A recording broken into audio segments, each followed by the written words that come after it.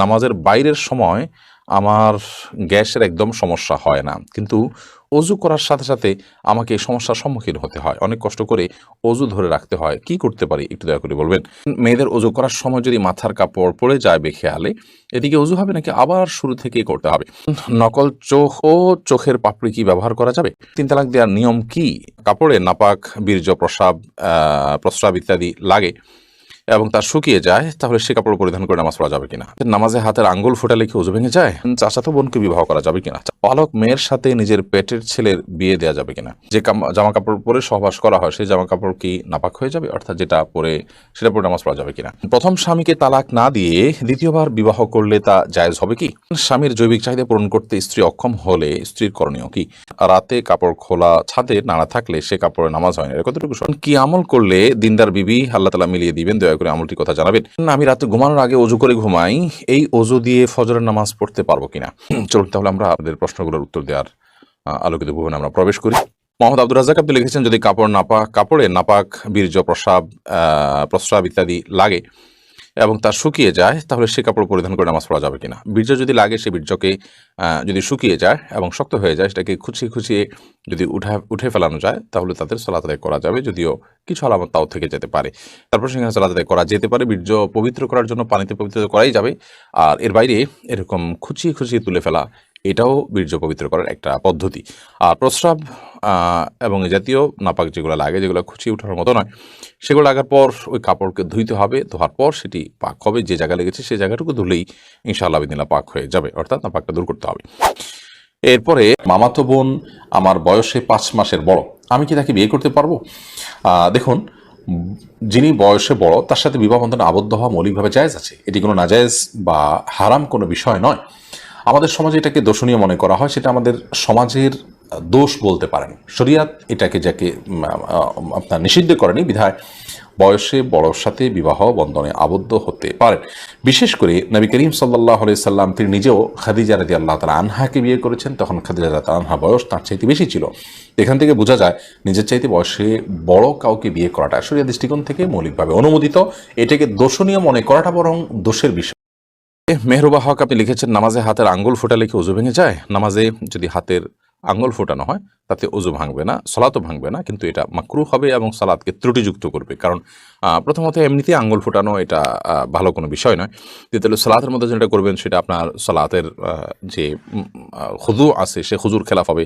যে পরিমাণ নীরবতার সাথে সালাত আদায় করা দরকার তার পরিপন্থী হবে, তাই সেটি করা উচিত হবে না। উম্মে ফারহান আপনি লিখেছেন, নকল চোখ ও চোখের পাপড়ি কি ব্যবহার করা যাবে? না, এগুলো আল্লাহর সৃষ্টিতে পরিবর্তনে শামিল হবে এবং সাজগোজ এই গণ্ডিতে থেকে যে করা যাবে এটা তার মধ্যে পড়ে না। এটা হলো একরকম আপনার লৌকিকতার বাইরেও, এটা হলো এক ধরনের মানুষকে ধোকায় ফেলে দেওয়া, যা বাস্তব নয় সেটা প্রকাশ করা। সাইদা আক্তার আপনি লিখেছেন, মেয়েদের অজু করার সময় যদি মাথার কাপড় পড়ে যায় বেখেয়ালে, এদিকে অজু হবে নাকি আবার শুরু থেকেই করতে হবে? মেয়েদের মাথার কাপড় পরার কারণে অজুর কোনো ক্ষতি হবে না এবং অজু অবস্থায় মাথা কাপড় থাকাও কোনো জরুরি বা আবশ্যক কোনো বিষয় নয়। বরং আমাদের মনে রাখতে হবে যে মেয়েদের অজু করার সময় যখন তারা মুখ ধৌত করবেন, তখন তাদের তো চুলের গোড়া পর্যন্ত, কানের লতি পর্যন্ত পৌঁছাতে গিয়ে কাপড় ভিজে যেতে পারে। তখন বরং মাথার কাপড় খোলাটা অযৌক্তিক নয়, বিশেষ করে যখন কোনো মাহরাম পুরুষ তাকে দেখার কোনো আশঙ্কা না থাকবে। আর দ্বিতীয়ত, যখন তারা মাথা মাসা করবেন তখন যদিও মাথা কাপড় ফেলানো ছাড়া হাত ভিতর দিয়েও হতে পারে, তারপর অনেক সময় মাথার কাপড় ফেললে খুব ভালোভাবে মাসা করা যায়, বিধায় মাথার কাপড় ফেললে অজুর কোনো ক্ষতি হবে না। তামিম আলিফ আপনি লিখেছেন, আমি রাতে ঘুমানোর আগে অজু করে ঘুমাই, এই অজু দিয়ে ফজরের নামাজ পড়তে পারবো কিনা? রাতে আপনি ঘুমানোর আগে অজু করে ঘুমান, খুব ভালো কথা। কিন্তু আপনি যখন ঘুমিয়ে পড়েন তখন তার অজু ভঙ্গ হয়ে যায়, বিধায় এই অজুতে আপনি ফজর নামাজ কীভাবে পড়বেন? আপনাকে আবার ফজর নামাজ পড়তে হবে। মানুষ ঘুমিয়ে গেলে সেই ঘুম তার অজু ভঙ্গের কারণ হয়। এমনি সবুজ আপনি লিখেছেন, কি আমল করলে দিনদার বিবি আল্লাহ তাআলা মিলিয়ে দিবেন? দয়া করে আমলটির কথা জানাবেন।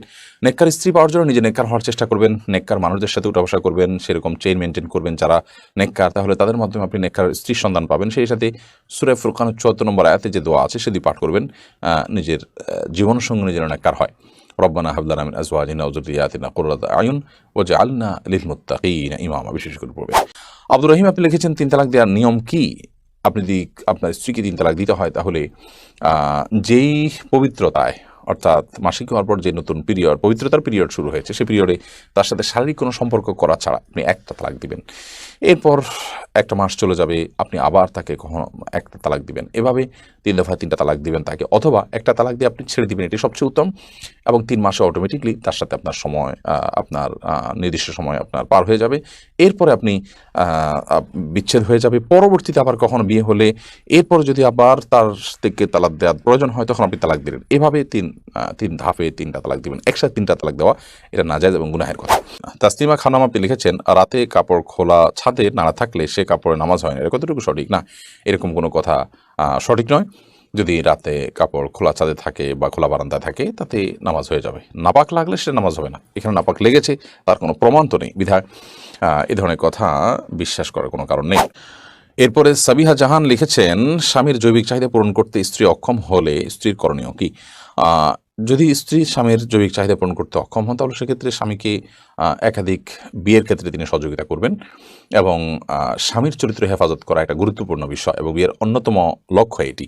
তো সে লক্ষ্য যদি পূরণে অপারগ হন তিনি, তাহলে সেক্ষেত্রে স্বামী গুনাহের দিকে যেতে পারেন, চরিত্র নষ্ট হতে পারে। সেই জায়গা থেকে স্বামীর জন্য দ্বিতীয় বা তৃতীয় স্ত্রীর ব্যবস্থা করা এবং সেটার জন্য মানসিক সম্মতি দেওয়া, তাকে সহযোগিতা করা, এটা কর্তব্যের অংশ।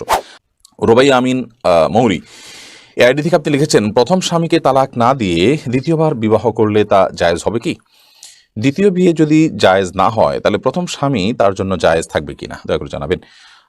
প্রথম স্বামীর সাথে যদি বিচ্ছেদ না হয় তাহলে দ্বিতীয়বার যদি কোনো নারী বিয়েতে আবদ্ধ হন তাহলে সেটি জায়েজ হবে না, পরে বিয়েটা বাতিল হিসেবে গণ্য হবে, এটা বিয়েই না, যার কারণে সেটি আপনার কার্যকরী হবে না। আর দ্বিতীয় বিয়ে জায়েজ না থাকার কারণে আপনার প্রথম স্বামীর স্ত্রী হিসাবে তিনি বলবৎ আছেন এবং সেটাই থাকবেন, এবং সেখানে বিয়ে শাদীর কোনো কিছুর প্রয়োজন নাই, কারণ পর বিয়েটা তো হয় নাই, ওটা হওয়া না হওয়া সমান।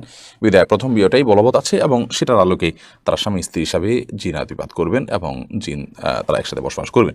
এমনি সেলিম রেজা কাজল আপনি লিখেছেন, যে জামা কাপড়ে পরে জামা কাপড় পরে সহবাস করা হয় সেই জামা কাপড় কি নাপাক হয়ে যাবে? অর্থাৎ যেটা পরে সেটা পরে নামাজ পড়া যাবে কিনা?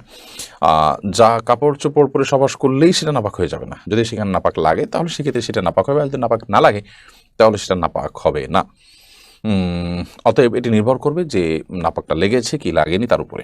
এমনি আমির হোসেন আপনি লিখেছেন, নামাজের বাইরের সময় আমার গ্যাসের একদম সমস্যা হয় না, কিন্তু অজু করার সাথে সাথে আমাকে এই সমস্যার সম্মুখীন হতে হয়, অনেক কষ্ট করে অজু ধরে রাখতে হয়, কি করতে পারি একটু দয়া করে বলবেন।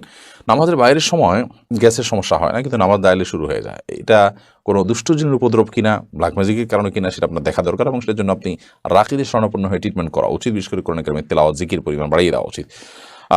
কিন্তু সালাতের মধ্যে আপনাকে উজু ধরে রাখতেই হবে, কারণ উজু আপনার ছুটে গেলে আবার নতুন করে উজু করে আপনাকে সালাত আদায় করতে হবে। তানভীর আহমেদ তাসিন আপনি লিখেছেন, চাচাতো বোনকে বিবাহ করা যাবে কিনা? চাচাতো বোন অবশ্যই আপনি তাকে বিয়ে করতে পারেন, সেটা আপনার তার সাথে যদি আপনার দুধ বোনের কোনো সম্পর্ক না থাকে, অর্থাৎ একই মায়ের যদি পান না করে থাকেন, তাহলে সেক্ষেত্রে চাচাতো বোনকে বিয়ে করা যাবে, কোনো অসুবিধা নেই, কারণ আপনার চাচাতো বোন আপনার মাহারাম নন মাহারাম বিধায় থাকে আপনি বিয়ে করতে পারেন। মোহাম্মদ রাসেল এর থেকে আপনি লিখেছেন, পালক মেয়ের সাথে নিজের পেটের ছেলের বিয়ে দেওয়া যাবে কিনা? হ্যাঁ, দেওয়া যাবে, যেহেতু পালক মেয়ে সে আপনার আসল মেয়ে না, অতএব তাকে আপনি পেটের ছেলের সাথে বিয়ে দিতে পারেন। হ্যাঁ, যদি আপনার পালক মেয়েটা আপনার দুধ সন্তান হয় বা দুধ সম্পর্কিত আত্মীয় হয়, যার সাথে বিয়ে বন্ধন আবদ্ধ হারাম, দুধের কারণে যে সম্পর্ক হয় সেটি যদি এই পর্যায়ে চলে যায়, ধরুন আপনি এই ছেলের বোনের দুধ আপনি পান করেছেন, তাহলে তো সে আপনার দুধ ভাই, যার কারণে তাকে আপনি বিয়ে করা জায়েজ হবে না। তো এরকম কিছু যদি না হয়, জাস্ট পালক মেয়ে, তাকে আপনি লালন পালন করেছেন, আপনার দুধ পান করেনি সে, তাহলে সেক্ষেত্রে, বা এই ছেলের সাথে আপনার যে ছেলে হয়েছে তার সাথে তার দুধের কোনো সম্পর্ক নেই সরাসরি, তাহলে সেক্ষেত্রে তার সাথে বিয়ে দিতে কোনো অসুবিধা নেই।